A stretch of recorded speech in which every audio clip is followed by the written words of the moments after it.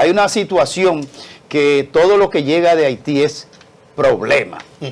Nunca hemos visto una noticia que tú digas, wow, Haití resolvió un problema. Y ahora, fuera del orden prácticamente institucional en Haití, se están dando un asunto como que América Latina se está poniendo una venda en los ojos y como que no lo está abordando de manera precisa. Y es el uso de mercenarios para acabar con las bandas que tiene ese país, vuelto una porquería y un derramamiento de sangre y de hostigamiento a todo lo que es la familia haitiana.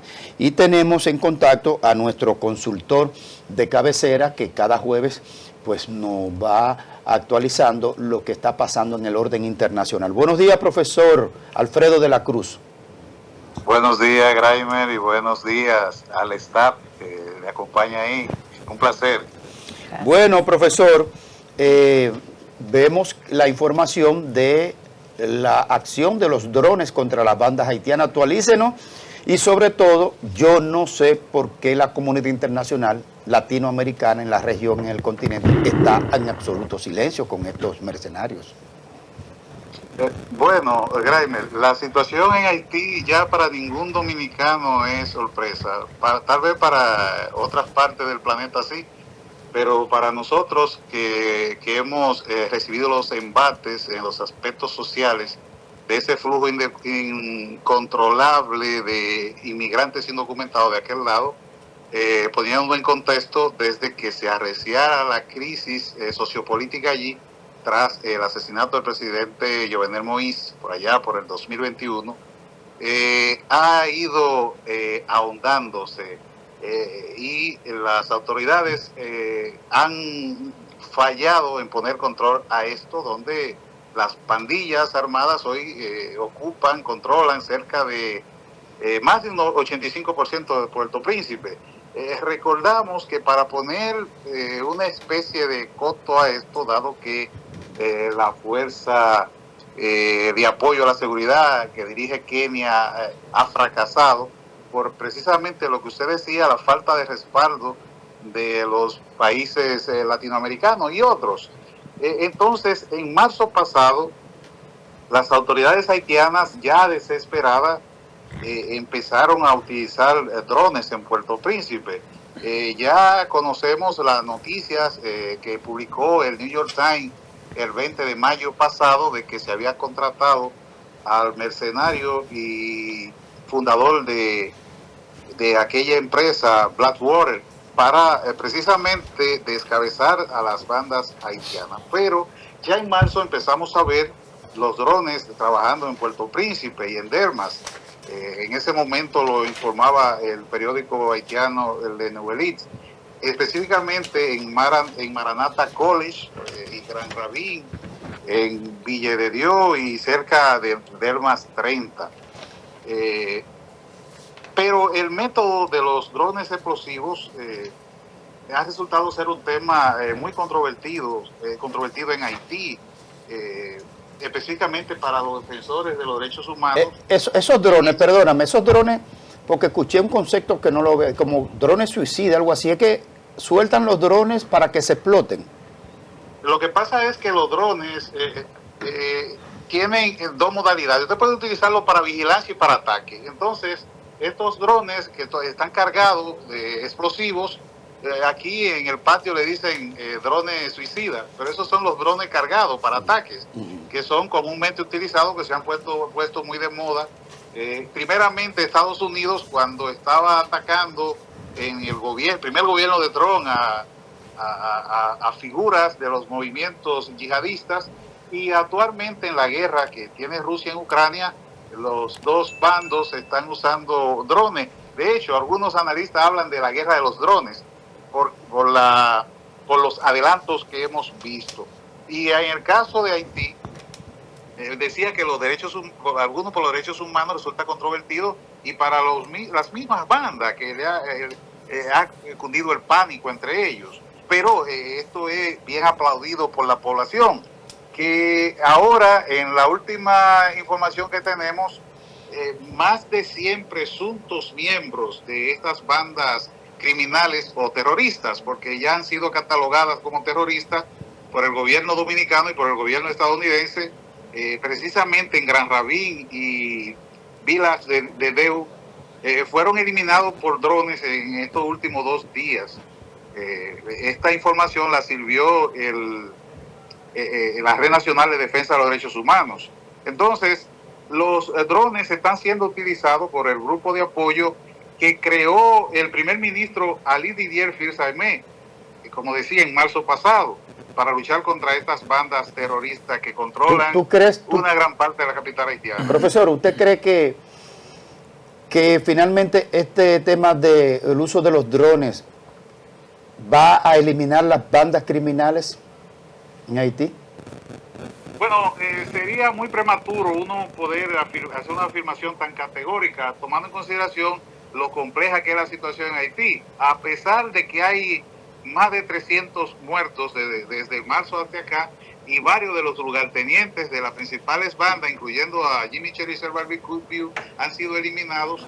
Todavía no se ha descabezado ninguna banda, no han eliminado ningún jefe importante. Y si bien tenemos que esperar que haya otras jugadas importantes, dado que se tiene ahí a Eric Prince y otros mercenarios, habría que esperar e ir viendo día a día. Por lo pronto, en algunas localidades de Puerto Príncipe, ya las personas han podido empezar a realizar actividades comerciales y asistir a las escuelas. Y eso es muy importante, porque sabemos que hasta ahora todas las noticias que teníamos de Haití eran traumáticas. Sobre todo, para que ustedes tengan una idea, según datos de los Observatorio de Naciones Unidas, en los primeros 3 meses de este año han muerto allí 1.617 personas y más de 800 han resultado heridas por la violencia generada por estos grupos terroristas, pero no solo por ellos, sino también por los grupos de autodefensa, por ciudadanos de a pie y también por la fuerza de seguridad. Pero en el 2024, reciente, la violencia en Haití causó más de 5.000 muertos, 5.626 para ser específico, 1.000 más que en el 2023, y hubo 1.994 secuestrados. Como podemos ver, esa situación difícil ha llevado a las autoridades a utilizar medidas desesperadas, sin escatimar escrúpulos, para tratar de llevar un poco de sosiego a este país donde las bandas ya están empezando a desplazarse de Puerto Príncipe al interior. Entonces esto obliga a soluciones fuera de la usanza común, a lo que podríamos llamar soluciones fuera del cajón. En otro orden, así brevemente, las explosiones en Colombia, producto del atentado contra el senador Miguel Uribe Turbay, se han producido. Iniciamos contacto con nuestra compañera desde Bogotá, Carol Pérez, y nos actualizaba las informaciones sobre que han colapsado las emergencias en Cali y más de una docena de muertos y cientos de heridos. La evaluación hacia ¿cuál sería la tendencia de esta violencia en Colombia? Bueno, mire, la región podríamos decir que quedó en shock, iniciando con el atentado, donde quedó grabado en un video y se pudo ver a un jovencito de 15 años que disparaba en la cabeza en un mitin callejero a un senador colombiano que dejó gravemente herido, lo que ha generado mucha preocupación en Colombia, un país que atravesó desde el siglo pasado una cantidad de magnicidio grandísima, que si no lo es, está muy cerca de ostentar un récord mundial. Pero la verdad, con los atentados que han seguido, uno no debería sorprenderse de que Colombia se atente contra un candidato a presidente o hayan otros atentados. Este era el caso, inicialmente, repito, de Miguel Uribe Turbay, de 39 años, de una familia de políticos notables, que su abuelo Julio César Turbay Ayala fue presidente de Colombia en 1978 a 1982. La madre de ese senador, Diana Turbay, fue una reconocida periodista secuestrada y asesinada por el cartel de Medellín bajo las órdenes de Pablo Escobar. Pero, como decía, esto no es sorprendente porque es que Colombia entró al siglo XX con la guerra de los 1000 días, aquella terrible guerra entre liberales y conservadores, tomando en consideración que en Colombia los liberales son los progresistas, la centroizquierda, la izquierda, y los conservadores es la derecha. Allí los atentados han abundado desde el siglo pasado. Por ejemplo, en 1914 podríamos decir que empieza con la muerte con hachazo limpio del general Rafael Uribe Uribe. Era Uribe por su madre y por su padre, que era del Partido Liberal, y iba al Parlamento, porque él ocupaba una curul, a presentar un proyecto de ley de protección a los trabajadores, los accidentes de trabajo, ¿verdad? Y en centro de Bogotá, lo asesinaron a hachazo, le partieron la cabeza con un hacha. Pero Ahí empezó una historia de manicidio, donde la izquierda puso más víctimas que la derecha. Por ejemplo, recuérdese que ahí fue el asesinato, la lista empieza con Jorge Eliezer Gaitán, que era el candidato del Partido Liberal y era el segundo ganador para la elección de 1948. Y estalla el Bogotazo. En el centro de Bogotá, que fue lo que dio el Bogotazo, que es el levantamiento popular que inició ese periodo de inestabilidad en el cual aparecieron las guerrillas en la selva colombiana. Caudillos liberales como Manuel Marulanda Vélez, después Tiro Fijo, sí, crearon las guerrillas como la FARC, por ejemplo. Pero la lista de asesinatos es grandísima. Por ejemplo, en el 84 asesinaron a Rodrigo Lara Bonilla, que era ministro de Justicia de un gobierno progresista, que fue uno de los primeros, de la primera víctima del narco, por encarar precisamente las denuncias contra Pablo Escobar Gaviria. Y en el 87 de Jaime Pardo Leal, que era el candidato de Unión Patriótica. Si usted recuerda, la Unión Patriótica fue una coalición de izquierda que se creó a partir de los acuerdos de la Uribe de 1984, entre el entonces gobierno de Belisario Betancur y la FARC y el Ejército del Pueblo.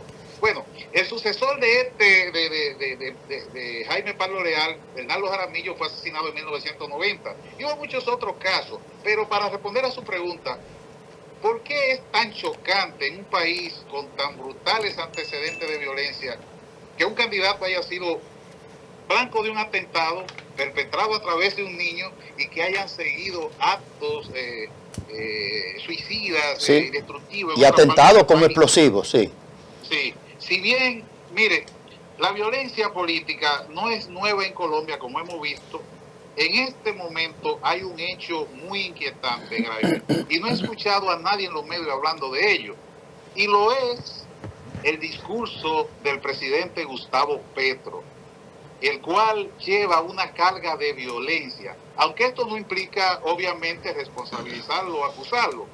Pero la cuestión es que es inquietante porque hay un presidente que por negligencia o por lo que sea o por una zona oscura está desarrollando una retórica que por momentos se vuelve oscura y pareciera irradiar violencia política. Obviamente, esto no lo hace culpable, tampoco responsable, pero pone una mancha, pone oscuridad en ese escenario donde una vez más en la política ha ocurrido un intento de asesinato y le han seguido una serie de atentados violentos. Gracias, profesor Alfredo de la Cruz. Profesor, que sí, Monclús. Profesor Alfredo de la Cruz. Adelante. Saludos, Monclús. Esa reflexión última tuya te ubica en la derecha extrema. Respóndale. Bueno, no, esto es un análisis lejos de ideología, porque yo tengo mis particulares inclinaciones, pero cuando yo analizo, y Graham me lo sabe, yo trato de ser muy equilibrado, lejos de atavismo moral o político, ideológico, porque la idea de uno como analista, como estudioso de estos temas, es ubicarse en una tábula rasa y situarlo en la mesa, y que sea el auditorio que cree sus propias conclusiones o sus propias inclinaciones. Gracias. Bien, me voy a defender. Esa narrativa parece de Vox en España.